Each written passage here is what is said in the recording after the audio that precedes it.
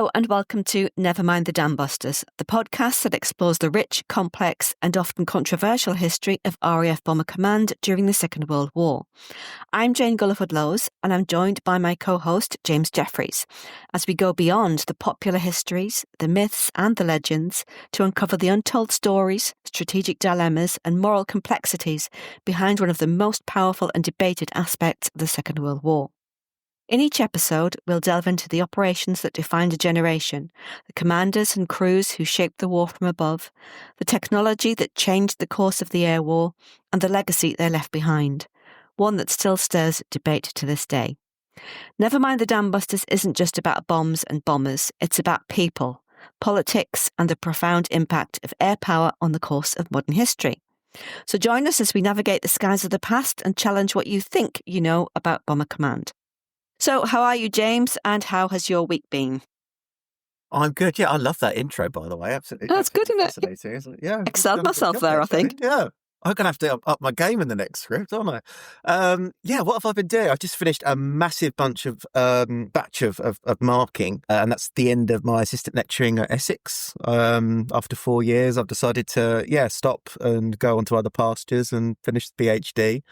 What else have I been up to? Prep for Cambridge. I've got the course coming up. So, going through the materials and changing a couple of things. And I've also started Richard Overy's book, Reign of Ruin, finally getting around to reading it. So about 50 pages into that, and as ever, very thought-provoking and, fascinating read. But how about you, Jane? I've just read that, actually, but I cheated and read it on Audible, which I don't count as proper reading, but I have. I don't either. I don't know why. Yeah, it's weird, isn't it? Yeah. But no, I have read it and I did enjoy it, although the narration was horrendous. Whoever was narrating it, it was, it was awful. That's what puts me off audiobooks. If you've got a really bad narrator, I find it incredibly off-putting, Yeah. Anyway, this week I have been to last Tuesday I was at the Royal Aeronautical Society. This will go out in a few weeks' time, but that was on the 10th of June to give my talk about Bomber Command and Coastal Command in the Battle of Britain, which was really nice. Really enjoyed that, and especially enjoyed the lunch beforehand, which I had at the RAF Club, because I'd never been before. Very nice. Really? Yeah, it was my first visit, so absolutely loved it. Can't wait to I've go only back. been once. It's great. I need to inveigle a membership somehow. Yeah, I need to get in there. I can see me being there regularly, right up my street, that is. All the crystal chandeliers and comfy leather chairs and all that kind of thing.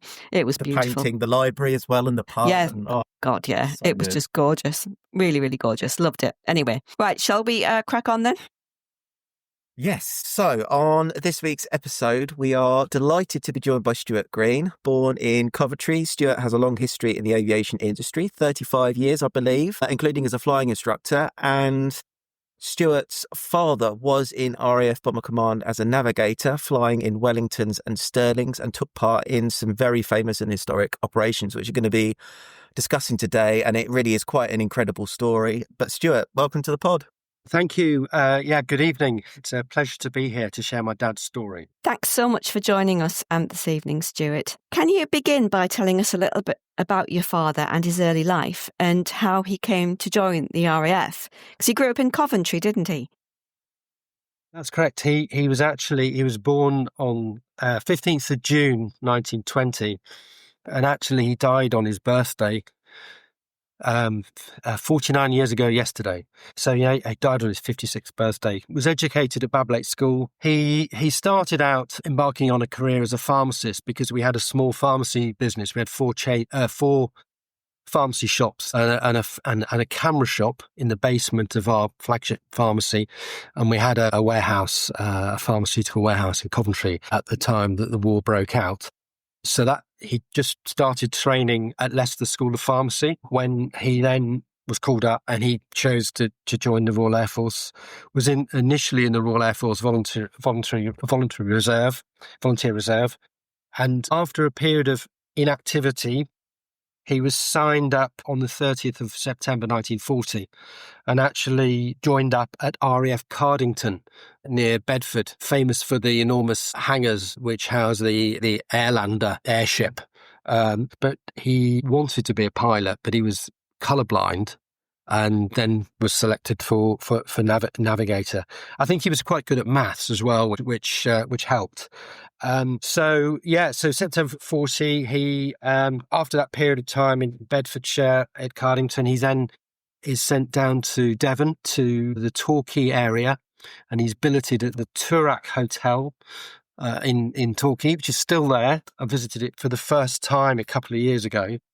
He was in B Flight number 4 Squadron 5 ITW, which is the initial training wing. So that was his initial exposure or experience of the Royal Air Force, doing his basic training, which consisted of, I think, square bashing and sentry duty and all sorts of unpleasant things and boring activities, I think. And so that's what he was doing the latter part of 1940. So, Stu, he would have probably been doing his training when Coventry was bombed in late 1940. Can you tell us what happened and about the letter he wrote back to his parents at the time? That's correct. He just been doing some sentry duty all night, and he talks actually about how he has to constantly do sentry duty, and they're expected to pass exams. He survived on very little sleep while doing this, some of the basic courses they were doing then. But then on or just after the 14th of November 1940, which was obviously the infamous raid on Coventry when the cathedral was sadly destroyed, he hears rumours, having completed his night duty, he hears rumours about the city being bombed, and naturally sort of disputes them and disbelieves what he hears. And then he actually gets a letter from his parents to say that they've survived.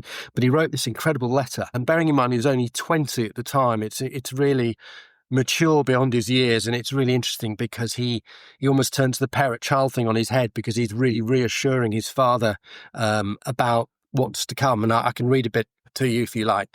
It was a great relief to know that you were all alive anyway, even if other things have gone.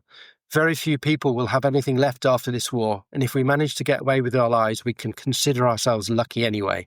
On Friday night, I heard rumours that 1,000 people had been killed in Coventry, and naturally disputed them, thinking it was absolutely impossible that there should be such a death toll. On Sunday morning, I spent 2 hours in a telephone box, and I got through to Coventry, but could not get in touch with you or Griffiths or anyone. I spent 2 more hours on Sunday night and still couldn't get through. At last, in desperation, on Monday night, I rang the police station, but I was asked why I wanted the police. I told them, and they said that they would put me through to the inquiries department they'd set up at the council house. I spoke to a Mr. Grant who knew Pa, and he said there were no Greens on the casualty list, but that 60% of the casualties have not been identified. Tell Pa that if we get through all of this, we can start again, and therefore not to worry himself to death about it all too much. If you are short of ready cash, sell my motorbike if it's still whole. On top of this, we get several hours hand drilling when they make you sweat like bulls and sit all the rest of the day in wet clothes. It's marvellous, but it hardens you up for the time when you meet Jerry. I'm not at all sorry I joined up, because in the not too distant future, I may be able to get my own back on some of the rotten devils. He was 20 when he wrote that, and it's quite emotive, really. Yeah. Yeah, that's quite something. Yeah.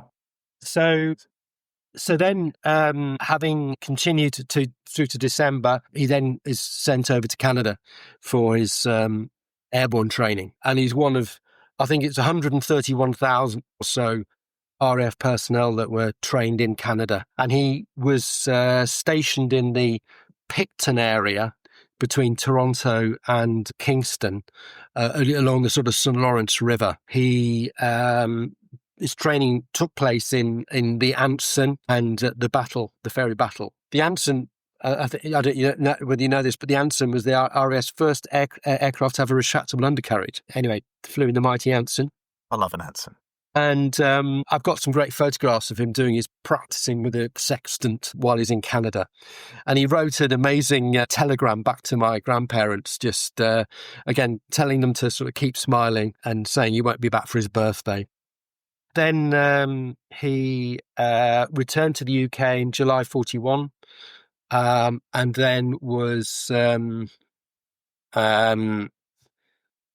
flying mainly on the Wellington to continue his airborne training. and that was at various OTUs. He was at 12 OTU Benson, 20 OTU at Lossiemouth, and then 27 OTU at Lichfield until his first operation. Yeah, and that's the 16th of December 1941. That's correct. Yeah, that was in Wellington, and it was against the port of Ostend. Which squadron had he been assigned to, Stu? Yeah, sorry, I didn't mention that. He was in 218 Squadron, based at Marham, and in near Kings Lynn, that area. So yeah, he was at Marham throughout his operational career. Continued to fly on the Wellington, and in the lead up to the Channel Dash, he had a number of memorable trips in the Wellington between the 7th and the 11th of January. And I think him and his crew were very grateful for the geodetic construction design of the Wellington, because on the 7th of January, in his logbook, it says it was well shot up. And of course, they were actually attacking Brest, did 3 trips to Brest in the space of 4 days. And that was, of course, to bomb the Scharnhorst and the Eisenhower, which had been there for a considerable period of time. So then the 9th of January went back to Brest, no report then of any damage. But then on the 11th of January, it says in his logbook, landed Exeter, very heavily damaged, wireless operator and front gunner injured. And I gathered that the aircraft was out of action for a considerable number of months. It did fly again, but it was very badly damaged, according to the squadron historian, Steve Smith. Now, I was really excited to hear that your father was involved in the Channel Dash in early 1942. I'm really interested about this, and I wrote about it in some detail in my last book, Invisible Campaign, particularly about Bomber Command's contribution. So what was your father's role, and how did those events play out? Well, on that day, 218 Squadron, its contribution was 3 Stirlings and 3 Wellingtons. So at that time, the 218 Squadron was starting to convert to the Stirling. And it happens that this was my father's 7th mission on the Wellington.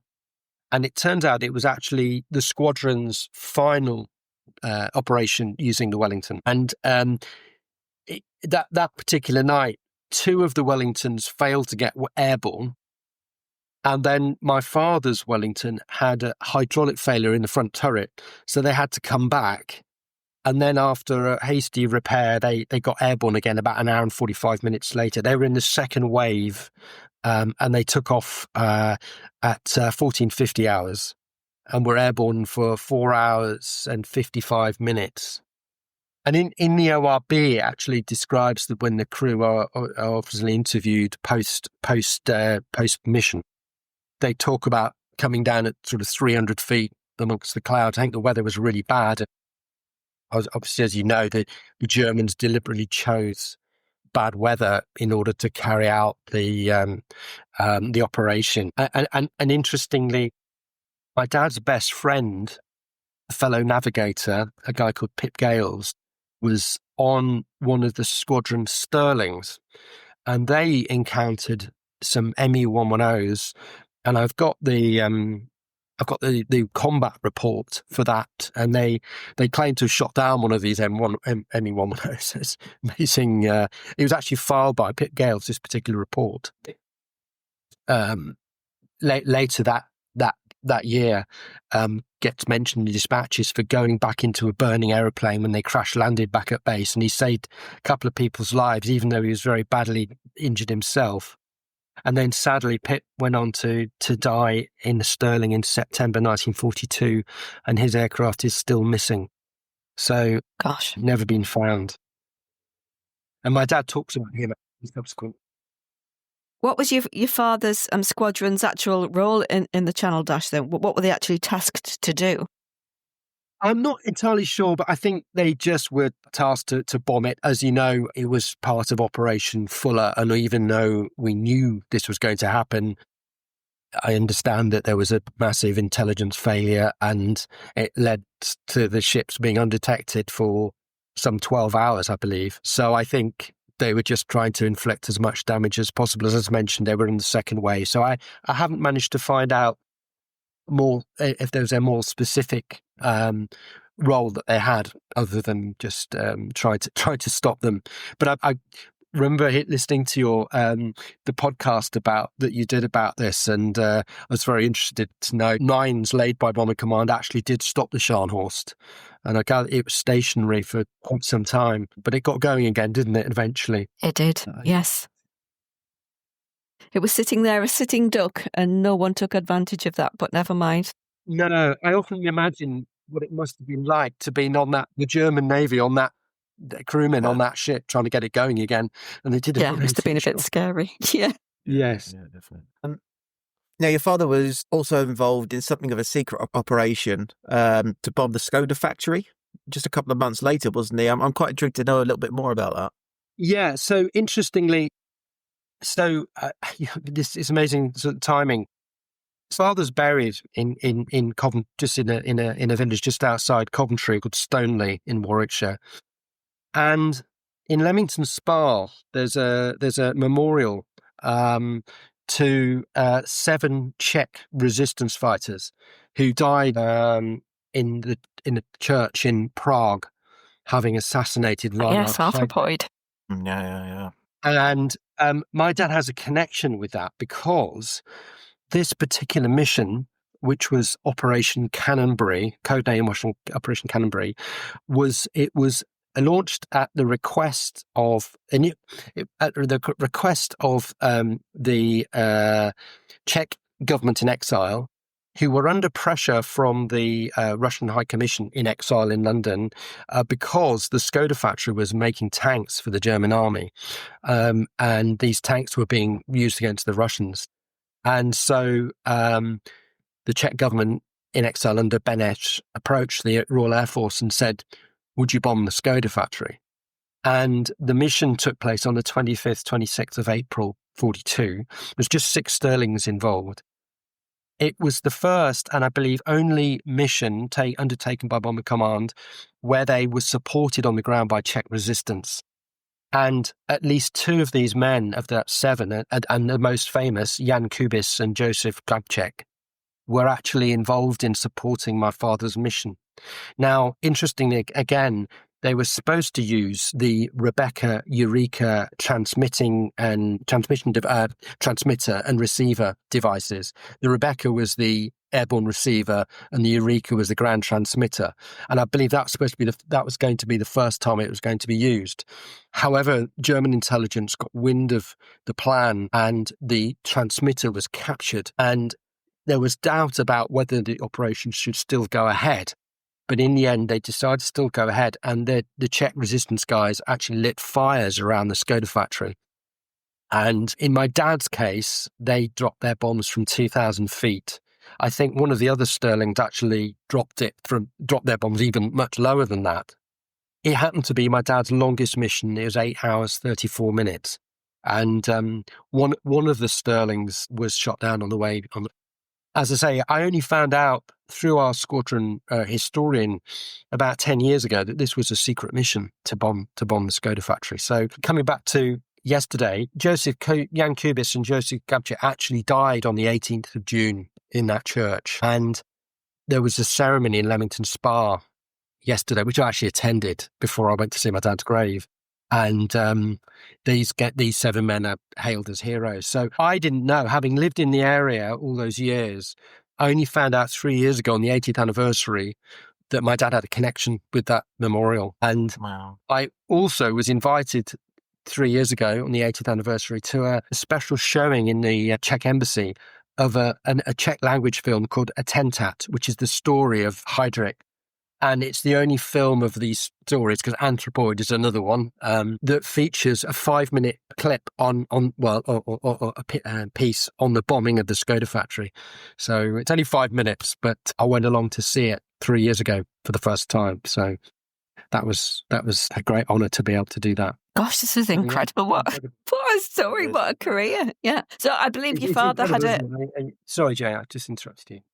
I believe your father had a fairly eventful May that year as well. Yes, he did. And interesting, I just checked his logbook, and actually just at the end of April, having done that mission, they then did a training flight, I just noted, on the 29th of April, which was 150 feet formation across country, which I think, being a former airline pilot, that's a bit sporty. Flying a Stirling formation, flying of Stirlings at 150 feet. Anyway, but going back to May, I thought my dad actually embarked on 2 gardening missions in May, one on the 2nd of May in the Langlands Belt, which I think is just on the way back between Denmark and Germany. When you fly from Copenhagen, you fly over it. And then on the 17th of May, but on that occasion, the Port Alta failed on takeoff, so they had to come back. But yes, the most notable event in May, of course, was the 5th of May. So on that particular day, my dad, it was a single Stirling from 218 Squadron, were given the task of dropping leaflets over Vichy, France. And these leaflets were both in French from both the UK government and the US government. And I think they were aimed at boosting morale. And they dropped 654,000 of these leaflets. And I believe that, as you know, the code name for leaflet dropping was Nichols. These Nichols raids were deemed to be perhaps less risky. So having dropped the leaflets successfully, they were stooging back to the UK, probably looking forward to their eggs and bacon breakfast, when they were intercepted by a new night fighting operation called the Turban Light, which you may know about.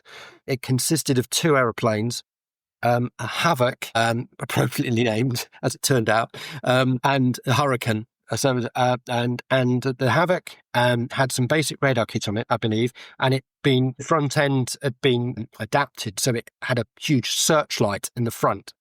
So the idea was that the Havoc would find targets for the Hurricane to shoot down. And on this particular occasion, they mistook my dad's Stirling, we believe, for a Condor, the Luftwaffe's maritime patrol aeroplane. And they shot my dad's Stirling down. The Havoc and the Hurricane were based at Tangmere. Anyway, which is interesting because having shot the aeroplane down, thankfully all the crew survives, and the aeroplane came down on the Petworth estate in West Sussex, on a farm there. Once they'd all been gathered up, the crew, rather foolishly, they were taken back to Tangmere. And I gather that there was somewhat of a kerfuffle in the bar. Yeah, not surprised. Yeah, so there was a near riot, it said in the report that I read. So, but again, it was not career limiting for the Hurricane pilot, because he went on to have an apparently illustrious career in the Air Force, having shot down a Stirling. But I believe this was the Turban Light's only success in inverted commas, of course. Yeah, shooting down my father's Stirling. So, there's a number of years, just a few years ago, I came across a documentary. Anyway, they dug up the Stirling, but they didn't mention anything about the crew. So there's a documentary about an excavation of the Stirling in the field in a gatehouse farm in Lurgashall in Sussex, which I visited for the first time on the 80th anniversary, actually 3 years ago. But yeah, no, a quite incredible story, really. But thankfully, nobody was hurt. And then they went on to take part in the first 1,000 bomber raid as well, didn't it? This is just like a list of illustrious events in the history of bomber command. Your dad's in all of them. Yeah, yes. So interesting on that one. He, on the 29th of May, he bombed the Rome Works in Paris, which is a memorable raid as well, I believe. Then, yes, the first 1,000 bomber raid. What's really interesting about this is that at the very last minute, so 218 Squadron was in number 3 Group Bomber Command, and at the very last minute, Air Vice Marshal Baldwin, the CNC of 3 Group, went on the mission. He decided to go on the mission. And it was quite a ballsy thing for him to do, but I think he was feeling somewhat maybe gung-ho, because apparently just 2 weeks before his son had been killed in the army. So he's thinking, what's the worst that could happen? So he went on the mission, and I believe it. Bomber Harris wasn't very happy about this, but he did, and he actually went on my dad's aeroplane. And in the subsequent books about the story, Air Vice Marshal Baldwin gets mentioned a lot. And in one of the reports I read, one of the crew members wondered who this guy was and was quite rude to him, not knowing he was his boss. And how did the rest of the tour go? So I believe, just doing research, that actually Bomber Harris wanted to do a second 1,000 bomber raid the following night, but he was persuaded not to because his staff colleagues were concerned about the impact on the crews. But there was the second 1,000 bomber raid, which was on Essen on the 2nd of June, and my dad took part in that. And then he did a raid on the 3rd of June in Bremen, and then on the 6th of June to Emden. And then on the way back, on that flight, they had a Group Captain McKee. So my dad seemed to be taking high-ranking officers for some reason. So quite an eventful June. And then, of course, that led up to his final fateful mission, which was the 21st of June. And the anniversary is obviously coming up soon. And that was his 23rd mission. And that was to bomb Emden. And there were just 287 aircraft took part in that. And on the way back, they were shot down by a German night fighter, which was based at Leeuwarden in northern Holland. And the aeroplane crashed. I don't know whether how familiar you are with Holland, but there's a lovely town called Hoorn, north of Amsterdam, like a mini Amsterdam. Father's airplane crashed at a place called Wadway, which is northwest, a few miles northwest of Hoorn. So about an hour north of Amsterdam in a rural area. And sadly, on that occasion, the crew weren't so lucky, and 3 of the guys died. Squadron leader Ashworth, who died at the controls, Billy Whitehead, who was 22, and William Watt, who was just 19. Interestingly, I found out just recently, when I've been over to the site a few times, I've been to the graves of the 3 guys, I found out that William Watt's date of death was the day after the other 2. And I found out just recently that he did survive a few hours, and he was nursed by Dutch. And when William's parents found out that, they were somewhat comforted by the fact that he didn't actually die alone, and he died in the arms of people, and he was only 19. So it's tragic. My dad was just 22 when he was shot down. So what happened to your dad and the rest of the crew then, Stu? The survivors? So, well, the interesting thing was, so my dad was on the run for a few days, and he was helped by some Dutch farmers, and the Dutch farmers tried to get him in touch with the resistance in Amsterdam.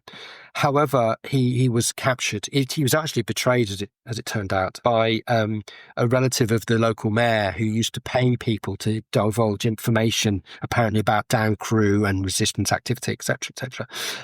So my dad was captured, and he, together with the second pilot, Des Plunkett, and Des Plunkett I'll come back to Des in a minute, but Des has a very significant role in a certain famous event. And my dad and Des were taken to Luft in Frankfurt. But interestingly, one thing I must say, that my dad always maintained that he had been, there was this story about him being betrayed. But interestingly, the night fighter pilot that shot him down apparently was in the habit of establishing contact with the crews that he shot down. And I believe that my dad actually spoke to this guy that shot him down, who was concerned about their welfare, and just was saying, look, I hope I was doing my bit, I hope you understand. And my dad always had a real sort of interest in this pilot's family afterwards, because the pilot that allegedly shot him down, according to the Dutch historians, was actually an Austrian prince, and it was nicknamed Prince of Darkness because his best mate was another Austrian prince. 2 of whom were in Luftwaffe pilots. Both of whom died in 1944. Yeah, so that was an interesting little aside, really. Bit of aviation chivalry, perhaps. But yeah, so my dad ended up in Luft, which was like a clearinghouse. The Germans were incredibly well organised when it came to prisoners of war management, as you can imagine. And it was at that point that my dad wrote his first letter as a prisoner of war. And up to this point, my dad was missing in action. So, my grandparents must have been obviously beside themselves. But my dad wrote this incredible letter in late June 1942, having been captured. And it's a masterclass of understatement. I'll read a bit of it. It says, My dear folks, just a line to let you know they have not killed me yet. I cannot, of course, tell you anything of that which occasioned my holiday here. I'm quite well and uninjured. The food is reasonably good, thanks to the Red Cross, and I'm doing my best to keep myself fit and free from boredom. I hope sincerely that you did as I requested as soon as you heard I was missing, and went and collected my belongings from X. That was put, being Marham, of course. The night before I came unstuck, we had a wonderful party at X. I took along the girl whom I mentioned on my leave. Her address is Miss June Ramsden of Stowe Down Market. I would like Mrs. Sutton to write to her to see if she's okay for cosmetics. We, of course, with our pharmacy shop, we had a cosmetic counter. She appreciates good stuff, and I want to keep things going, at least until further notice. If you decide you cannot keep my car, then sell it. It should fetch about £70. It will be worth a lot more one day if you can't keep it. And then he goes on to ask about his brother, because my dad's brother fought in the Chindits against the Japanese in the Far East, and goes on about requests and things. And then he just says, whatever else you do, don't worry, I'm okay. All for now, love, Alan Green. So, quite an amazing letter, really, considering what he'd just been through. Gosh, yeah. But he ended up in Stalag Luft 3, didn't he? That's correct. Stalag Luft 3 was a new camp, and it had only been opened in March. I think it was March 1942. And my dad went there sort of right at the end of June 42, and he was in the East Compound, and the East Compound was the original compound of the camp. And my dad was in Hut 68. Stalag Luft 3 was famous for, of course, the Great Escape. However, that took place from the North Compound. And what happened was, as more and more people were getting shot down, and of course Americans starting to get shot down, the camp started to get bigger and bigger and bigger, and it was expanded. And in fact, there was overcrowding, and my dad was actually sent to another camp in a place called Shubin for a few months, and then brought back. So that was from September 42, and then he was brought back to Stalag Luft 3 in April 43, and went back to the East Compound, by which time the North Compound had been built, and that's in fact where the Great Escape took place from. Now, I mentioned Des Plunkett, the second pilot. Des had just joined the squadron, and he'd converted from the Manchester, the 200 Manchester, and he literally just joined the squadron as South African. And Des actually had a massive role in the Great Escape, and Des made all the maps for the Great Escape, and went out in the tunnel number 13, which is incredible. And he actually survived. He was on the run for 2 weeks. He got the furthest of all the Brits, of all the British, and so he was actually British, but was brought up in South Africa. He got the furthest, but then was captured, but was not shot. But of course, prior to the Great Escape, another very famous escape, which actually took part from the East Compound, was the Wooden Horse, and that actually occurred very close to my dad's hut. And I actually found where my dad's hut was I went to the 80th anniversary of the Great Escape ceremony last year, and found my dad's actual hut where it would have been, and it was very close to where the Wooden Horse was. Of course, Eric Williams, who wrote the book and took part in the Wooden Horse, which was a successful escape, he was shut down in a Stirling as well. So that's incredible. With regard to the Great Escape, my dad also knew Charles Hall, and in my dad's POW log, Charles Hall was one of the 50 who was shot. He was actually a Spitfire pilot, also shot down in Holland. And it chillingly says, it's the first entry in my dad's log, a POW log, which they were given by the Red Cross. And he lists names and addresses of all the people he'd met. The first one is Charles Hall, and rather chillingly it says in brackets, shot while escaping from the North Compound. And then another name in there that is very famous is Jens Muller, one of the 2 Norwegians and one of the 3 that made it home. And my dad knew Jens, and Jens went on to be an airline pilot with SAS after the war, Scandinavian Airlines. So quite incredible, really. The whole Great Escape and Wooden Horse thing. Yeah. I loved The Wooden Horse. It was one of the first books I ever read about the Second World War. I must have been about 9 or 10, and I absolutely loved it. And that sort of really got me into like all this sort of escape literature, if you like. Well, and the film, and loved all that. Do you know the story about Peter Butterworth? in relation to Yes. Phil. Yeah. Yeah. It's incredible, isn't it? And of course, Poor chap. it's quite incredible. The Great Escape, just an amazing example of project management, if ever there was. 600 people involved in trying to get 250 men out. As it happened, only 76, and then of course 50 brutally shot in cold blood. Interestingly, the thing about my dad's experience in the Stalag Luft 3, there's a book written about the camps, and they nicknamed the barbed wire universities.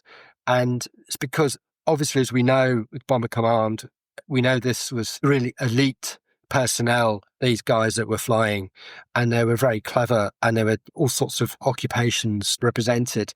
And they actually did studying, and my dad actually had some of his pharmacy books sent out to him.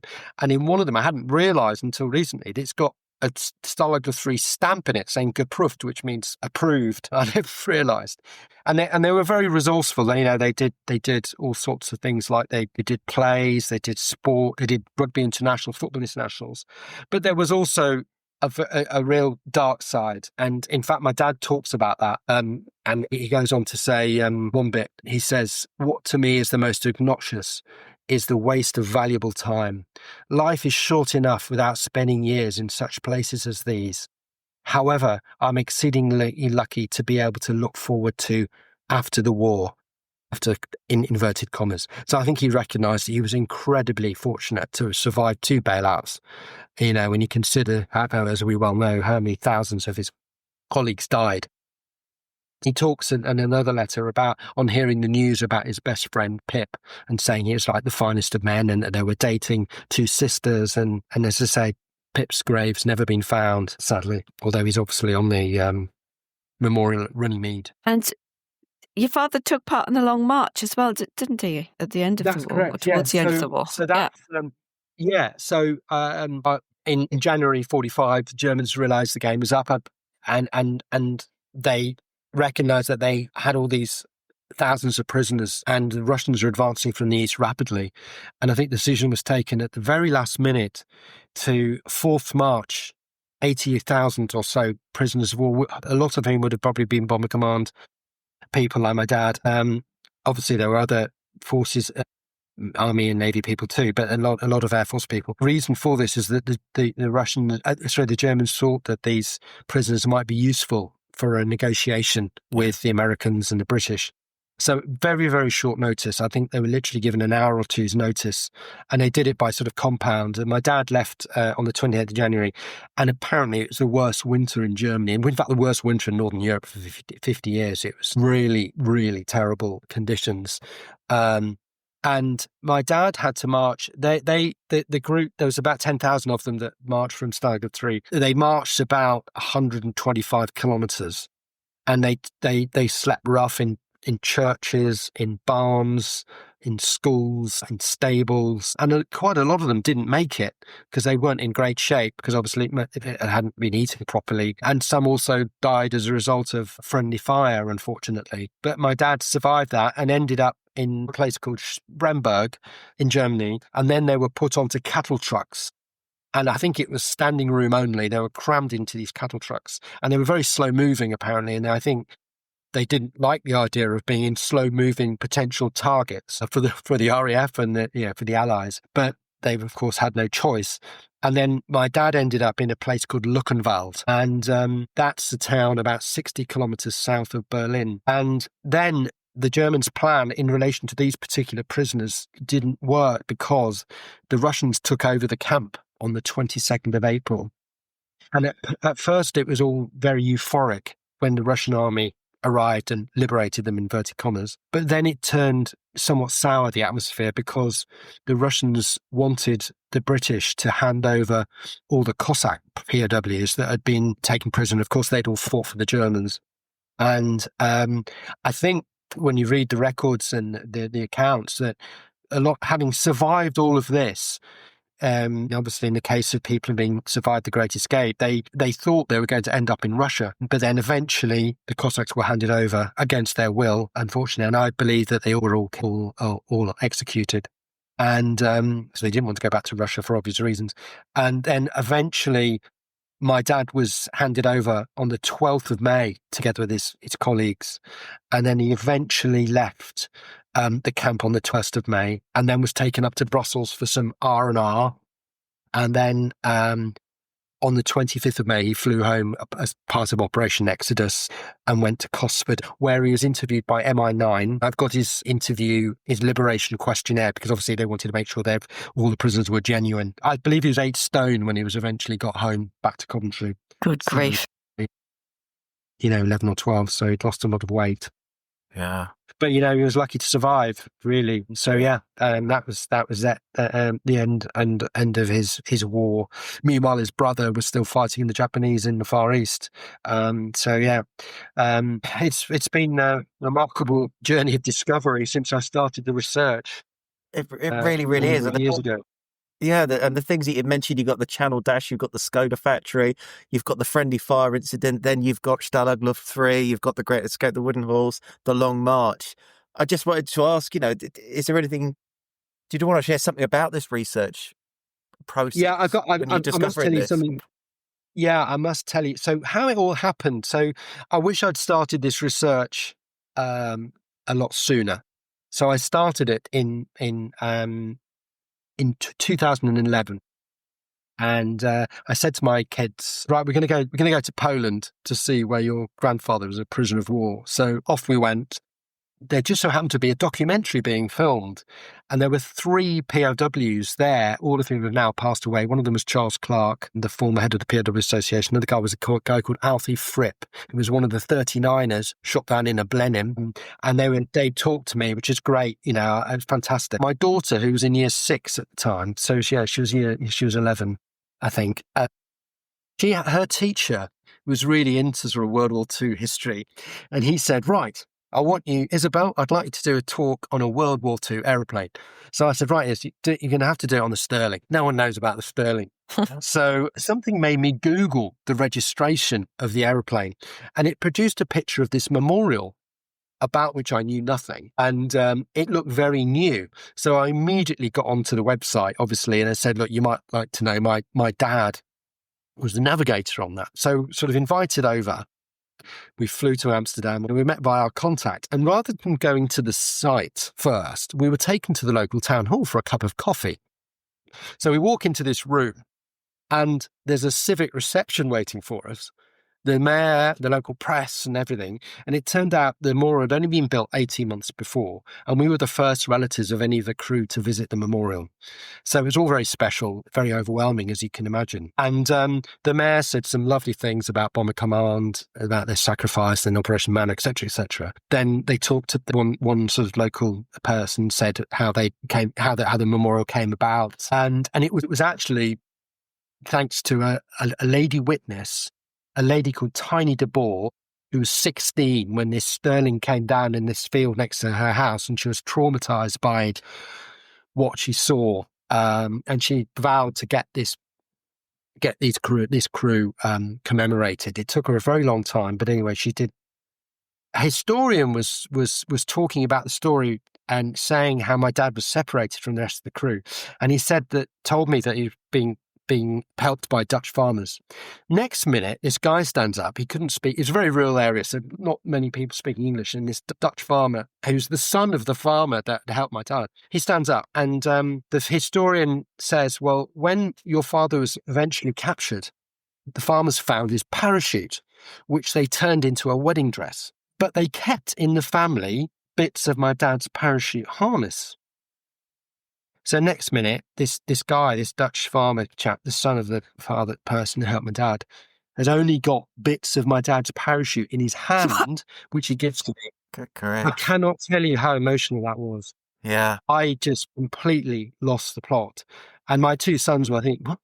Dad's just lost the plot in front of the mayor. What's going on?" So yeah, it was really, I get sort of goosebumps talking about it now, to be honest. It was an incredibly powerful moment. Once I'd sort of composed myself, they asked me what what my dad did, what my dad's story, what happened to him and what he did after the war.